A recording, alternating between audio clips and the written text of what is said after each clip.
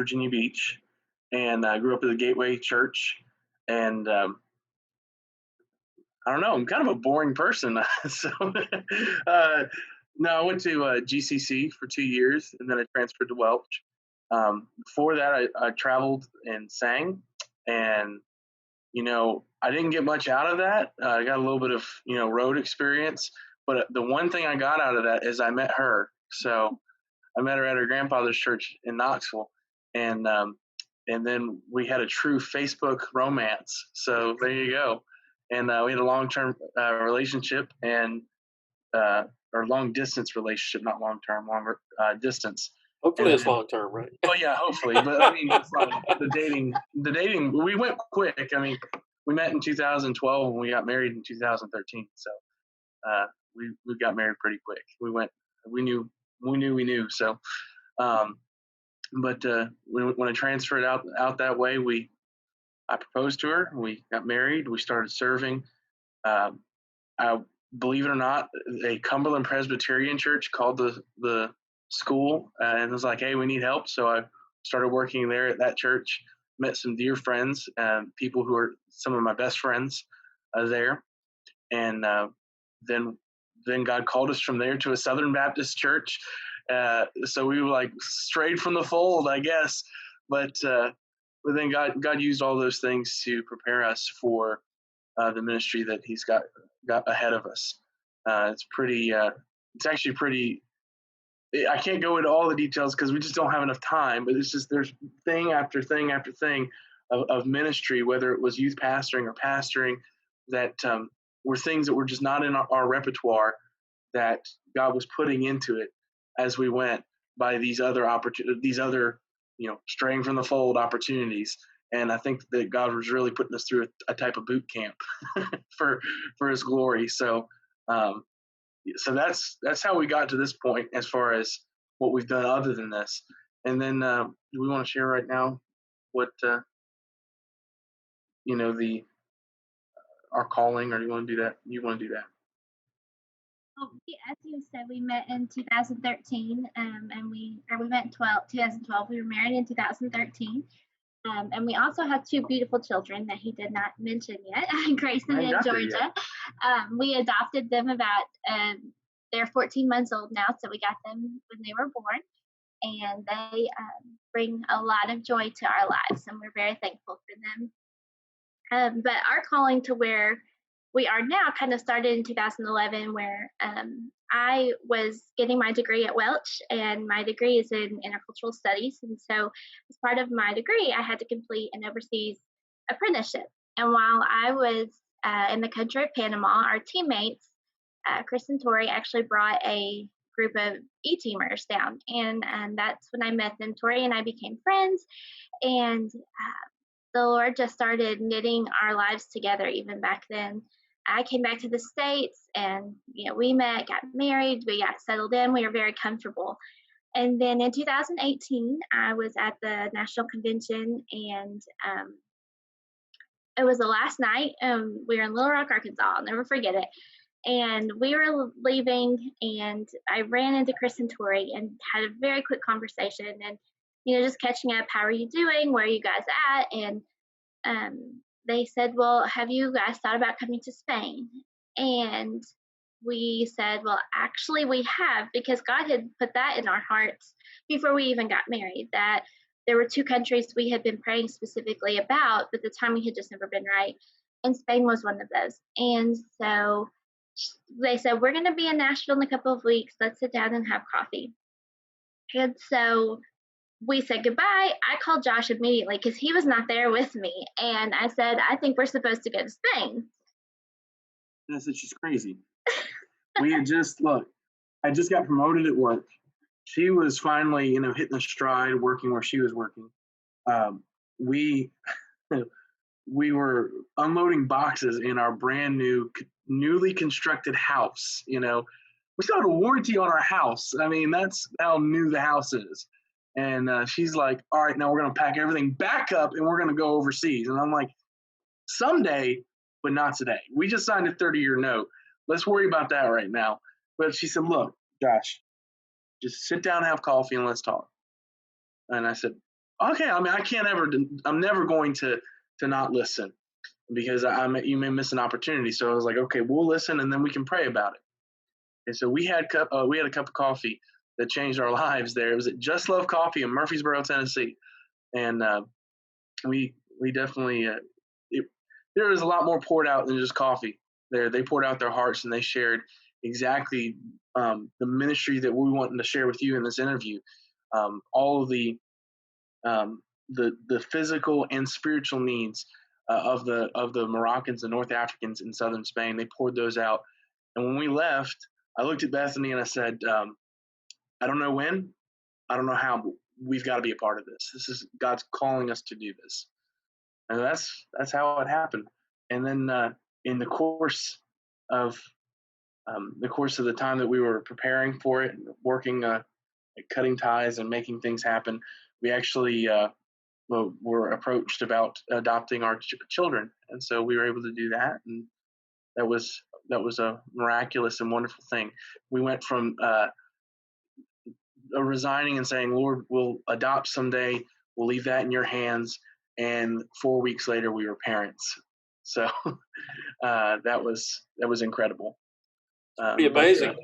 Yeah. Let me ask you about the kids for just a minute before we go any further. So you said they're 14 months old now, and Yes. you've had them since birth. Are they twins? Yes. They are. Okay. Boy, girl, one of each. One of each. One of each. Awesome. Well, congratulations. That's exciting. I just talked to Henry and Chelsea Parker and talked to them about their experience, and they had been thinking and praying about adopting. And then I don't know if you guys know Alan and Jenny Hall or not. They were church planners. I've met them before. Okay, they probably didn't know me from Adam. They were church planners in York, Pennsylvania, and they adopted 3 children, I think, over the years. And so it's awesome to hear about those stories and how God brings those things together. But you mentioned the Moroccans in Spain, and that's kind of going to be your focus of ministry as far as the people group that you're going to be ministering to? Moroccans, Algerians, North Africans in general, but the biggest group of those are Moroccans. And so they come up, of course, the Strait of Gibraltar is only about 7 miles across. And so you imagine, people try to float across from Cuba, and that's 90 miles. People really try to do it there, especially since the laws are a lot more lax on immigration. So they try to get across, and many of them succeed, and they get there, and some things are better. They have better education, they have better health care, whether you work or not. But there are other things that aren't as good. Now, there's not much use for a shepherd in the middle of a metropolis. So, that's where most of them, their background comes from. They come from agriculture, and here they are in the middle of this tourist city that's a third the size of Nashville, with the same population as Nashville. So, I mean, there's just not much space, So when they get there and they start kind of figuring things out, I would imagine there's a lot of needs that they bring with them and that they have. What are some of the things that you guys will be ministering to, and kind of what the needs of these people? Obviously, the spiritual needs, but kind of share a little bit about those needs. So many of them are leaving home where they've always been. They're fleeing from war and from poverty and bad healthcare, bad education, all kinds of things. So then they come with pretty much nothing. They're just trying to get to a better place, a better life for their children. And so then they get to this new place, but they don't speak the language. So they are unable to get employment. They're unable to just live in the new city. Also, the unemployment rate in Spain is very high among Spaniards. And so for an immigrant or a refugee, it's almost impossible for them to get employment. And so they once again find themselves in a very desperate, hopeless situation. And so they are in need of learning the language, learning customs. They need help with filling out just paperwork to be able to get residency and all of those things. And a big need that they have is just food. A very basic need that we all have is that we need to be able to eat. And so that is a way that we are able to minister to them, is to do a food distribution. So we are feeding about 700 people every other week. Before coronavirus, we were actually doing every week, but now it's every other week. And we are giving them enough food to get them through, to help them. We offer Spanish classes to help them learn the language, English classes because the city is a tourist city, and so English is very marketable to try to help them get a job. And then we also do homework help for kids and just different outreach projects that we do, different things. But the main thing that we do is the food distribution. But one really cool thing that I'm excited about helping with is they have a sewing co-op where they're bringing a group of women together and we're teaching them how to make different projects.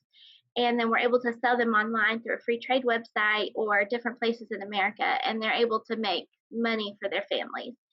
And so we want to help them to find hope and to find a better life for their family and to be able to provide. So we want to give them food and then be able to build relationships so that we can also give them the bread of life.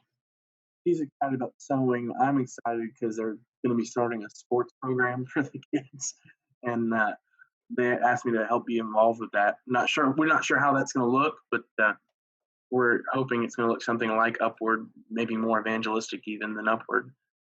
So That's awesome. I have a question about the website. Will that be international, or will that be just for people in Spain? Or No, it's international. Anybody can go on and purchase things. do you have that website handy? I don't have it, We can but send it I to can you. Maybe send before, yeah, that'd be great. That way I can put it in the show notes and people can check that out and hopefully get Purchase some stuff. purchase some Yeah, stuff. we have, and I know our teammates are here in the States right now, and they actually have some things too that they're selling. But we have like scrunchies and headbands. They have these little duster robe things that they make, and they do a lot of earrings and bracelets and all kinds of stuff. That's awesome. Cool. Thank you so much. Mhm. One of the things, Josh, you mentioned in the notes that you sent me was assimilation. Can you talk a little bit more about that? Yeah, so she talked a little bit about language classes, but when they get there, most of them speak a form of Berber or French or Arabic. They don't, they don't speak Spanish. It's like, yeah, a lot of them try to get to France because they do speak French. If you're in Morocco or even Algeria, they both have French as one of their predominant languages, but they end up settling in Spain nonetheless. And it's hard because you guys think that, number one, they can't speak, can't find a job. Number two, they're very different cultures. When you're with a Moroccan, you're trying to earn your place at the table. You want to not speak unless spoken to. You want to earn your right to speak, especially as a young man. But with the Spanish people, they're willing to interrupt you and just tell you how it is. And trying to put those two types of people together in the same city can be difficult. And honestly, the Spanish at this point, they can say, "You stay on your corner, we'll stay on our corner, and never the two shall meet." And that's great as far as the housing and all that, but it does make for a difficult workplace. And that's one of the big things that we keep talking about is their ability to work. 60% of them, this is a figure that my team leader shared with me, said 60% of them will never have jobs. 60, not 16. Like 16 would be unfathomable in the United States, but 60 is the number, and it's incredible. And the assimilation is really probably the biggest problem. We talked about homework help with the kids as well. I mean, something as simple as helping your kid with their math homework. Can't do it. If you don't know the language, you can't do it. I know math isn't, in any particular language, but you're just guessing at numbers. and many of them aren't as educated as their kids. It's nothing against them. It's where they grew up and what they did, and so it's hard. It's hard when you go from completely different over the water to completely new. Plus, there's a lot of historical enmity between the Moroccans and the Spanish people.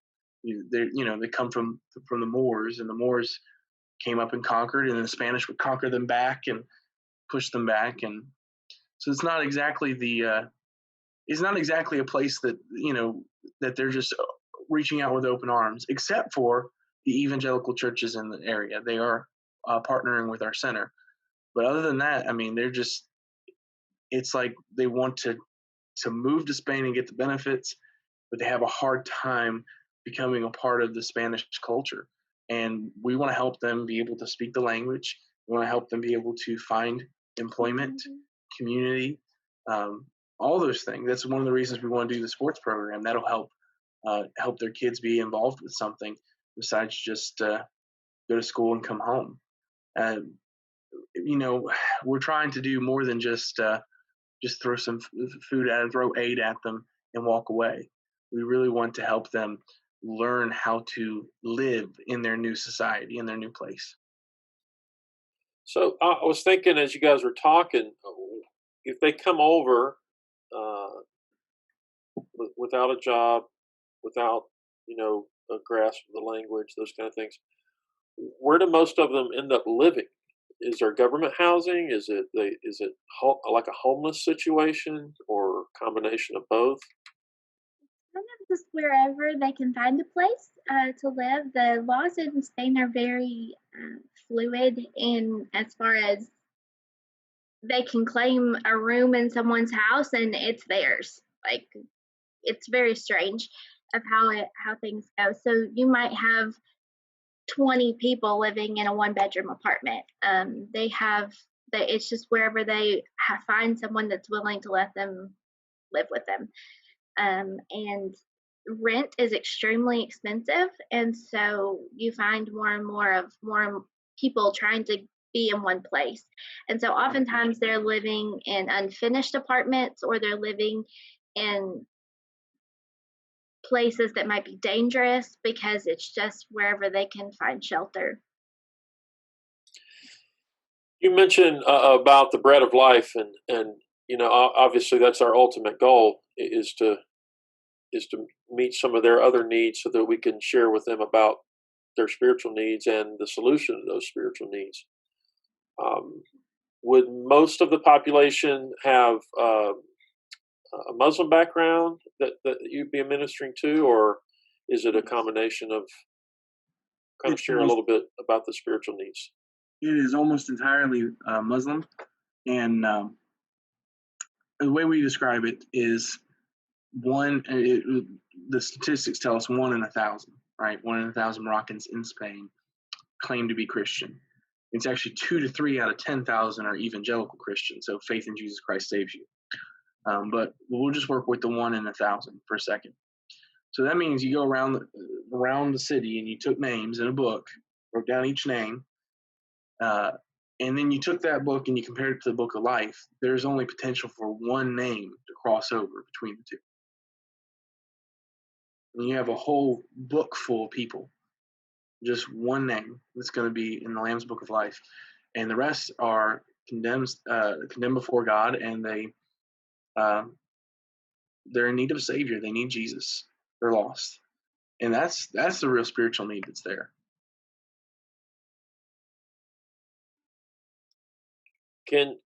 I know that you guys aren't there yet, but you have some team members that have already been serving there, right?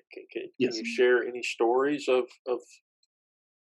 people that have come to Christ, or that people that they're currently ministering to that maybe are on the verge of coming to Christ? Yes. So right now we haven't seen anybody come to Christ. The center is 2 years old, and we know that sometimes Muslim ministry takes a long, long time. However, we do have a man that was at the center a while back, before all this coronavirus stuff was going on, and he was coming to get help for food, and he talked with one of our volunteers, and this volunteer and him began to talk about Isa, and they're supposed to have coffee. I don't know when the coffee is supposed to happen. I think it got deterred because of COVID, but they're supposed to have coffee to talk more about Isa, and it was about Jesus. And Isa is the Arabic term for Jesus, for their distortion of Jesus in the Quran. But the Muslim man was actually the one who invited and said, "I want to hear more about this." And that's an exciting thing. Another thing that's really been impressive is we have another friend that has started a Discovery Bible study, and is every week doing a Discovery Bible study with a Christian. I mean, when I was pastor, I couldn't get Christians to come to Bible study. And you're talking about having an unbeliever come to Bible study, So, I mean, there are some cool things like that happening. We've also had opportunities to share through English camps, through different events. We're very open about it as far as, we're open about what we're about as Christians. But if you want to hear more about those things in more detail, I would encourage you to follow our newsletter. So.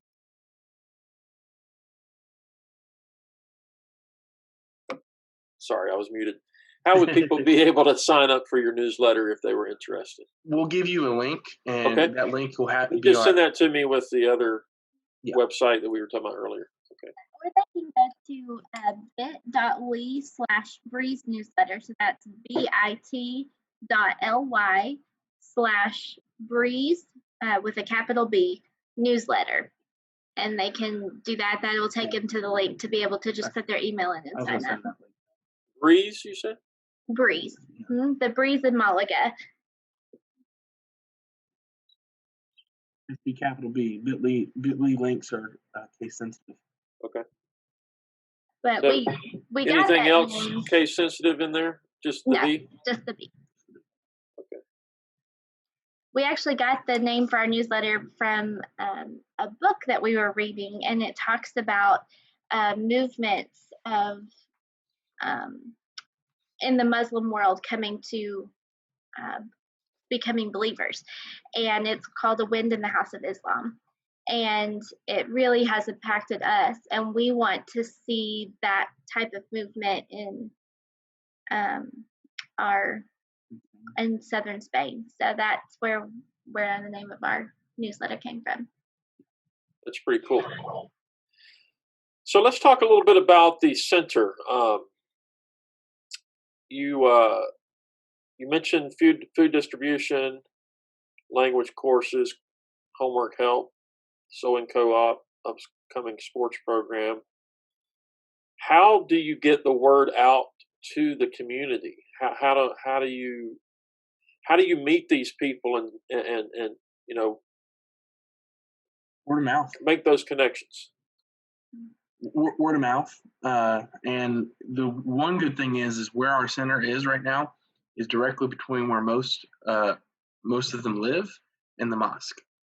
So I mean, they walk right past it every day, and then the word of mouth is, hey, this center here can help you. You can find help here at the center. So that's what that's really the main thing is word of mouth. Don't have to do a whole lot of advertising. There's such a big need. Local food pantries and food banks also know about what we're doing, and so they will send people to when they run out of being able to help. Because there are a couple, I think there's like 2 of them that are in the city that we live in or will live in. So the people at the center, these are kind of your teammates, the people that you'll be working with. Yeah. What language do they know, or do they know just enough to kind of communicate the gospel, or? So we've got first thing when anybody comes through our organization to go there, we're going to learn Spanish so that we can live, because you got to live where you live, and then we have people who are actually volunteers from local churches who speak Arabic and some that speak French, and so they're helping us. That's been our biggest method as of right now. The long-term goal is for us to learn some other languages as well to be better able to minister. But as of right now, there are 10. I think it's 10 languages spoken at the center. Our biggest people group are coming from North Africa, but we have people coming from Venezuela, Eastern Europe. We've had Bulgarians there. We've had all sorts of people. We've even had there's even a presence of Chinese in the city. There's a lot. I mean, people from all over the world are settled right there in the city. So I mean, it's pretty. It'd be pretty difficult to be able to try to learn all of them, but we do have a volunteer who speaks 5 languages. That helps. So That's awesome. So the local churches there in Spain are partnering with you guys. So it's truly disciples making disciples making disciples. And most of those local churches are made up of Spanish people themselves, or are they also immigrants? It's mainly there's Spaniards, and then there's also a lot of expats. So a lot of Americans and Brits and others that are in the community. But there are a lot of Spaniards too. So it's kind of a mixture of people. One of the other things that you mentioned was friendships and good news conversations. I would think, like you said earlier, trying to get a voice at the table, so to speak, that takes a period of time to build those relationships. Can you talk a little bit about those two things? Yeah, I would encourage anybody who has the desire to learn more about this type of ministry in general to read Seeking Allah, Finding Jesus by Nabil Qureshi, and he worked with RZIM Ministries until he actually died of stomach cancer in 2017. But he grew up as a Muslim. His dad was in the Navy and was actually stationed here, believe it or not, and here in Virginia Beach. And he befriended somebody at ODU, and I think it was 3 to 4 years later, they debated for 3 to 4 years over the validity of Christianity versus the validity of Islam, and it took all of that time for him to finally come to Christ. And it's an incredible story that I would encourage everybody to read, because it gives you a window into the mind of those who live under Islam, but it also shows you how many of the barriers have to be broken down before they can come to faith. I mean, think about how hard it would be for you to become Muslim, and I guarantee you, we haven't been discipled the same way they've been discipled. Unfortunately, they are. I mean, the very first words uttered into a child's ears are about how Allah is one, He has no son, Muhammad is His prophet. I mean, the first thing, I love you, not you're my beautiful child. It's that. And so, I mean, that's how hardcore it is. And you're telling them you have to give up your family, your friends, everything. And so that the only way that's going to happen is if somebody walks with them towards Christ, walks the road with them. And it's we're asking them to give up everything, and cold turkey conversation of give up everything, you'd roll your eyes at it too. So we're not just saying, hey, give up everything and He'll make it all better. We're saying is give up everything for Christ, and we'll be here with you every step of the way. Well, that's awesome. We're really looking forward to having you guys with us in December. I hope and pray that the weather is cooperative. A few Decembers ago, we had 54 inches of snow in 48 hours. So, oh my goodness! Yeah, I hope that this December is much better than that December. Yes. But not to scare you off or anything. But we're driving. Yeah, we're really looking forward to having you guys. But between now and then, I wanted to ask you a couple of questions. Number one, what are some things that we can pray about specifically for you guys? And then secondly, how can we help you? How can we other than prayer, obviously, is important. But other than that, what are some things that we can do to help you get to the field? And then what are some things that we can do once you're there? So let's talk about that for a couple minutes. So our biggest prayer requests right now are we are facing a little bit of a time crunch as far as trying to get to Spain. We really need to be there by March 1st. And we have some training that we are going to be going to in January and February. And so we won't be able to travel during that time. So we really need to be as close as we can to having our money raised by the end of this year. So that is a big prayer request.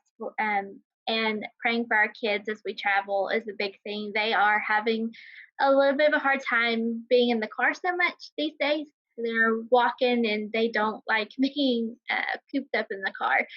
So that's another big one. And the third request we would ask is for our kids, we adopted them. And so we have been waiting for 10 months on their birth certificate since the adoption was finalized. And it's we're having a lot of trouble getting things to go through with in the state that they were born in. So just pray that we can get our hands on those documents because we need to be applying for passports and then we have to go to apply for our visas in December. So we are really kind of in a crunch time for that. And then as far as ways that you can help us now, we are needing people to partner with us on a monthly basis so that we can go. We are at about 25% of realized gifts and then 30% in commitments as far as what's coming in now. We are working very hard. We have some things that are going to be coming through at the beginning of the year, but we're still working to try to get to that percentage so that we can go. And so we are needing people to partner monthly. But another way is to be praying for us through our newsletter. We update that. We send those out about once a month. We won't spam you, we promise. But we like to be able to keep people informed of what's going on. And we love to hear from people. So if you're praying for us, send us an email, send us a text. Let us know that you're praying for us. Or if you have questions, we love to answer questions, and we really want to be transparent and bring you along to partner with us. And we want you to be a part of this journey as well, because this is, we are going, but we are your hands and feet. We are going because we are being sent by people, and we are all accomplishing the Great Commission together. And so we really want that to be a partnership. And so we welcome emails and questions. And, when we get a text or an email, it makes our day.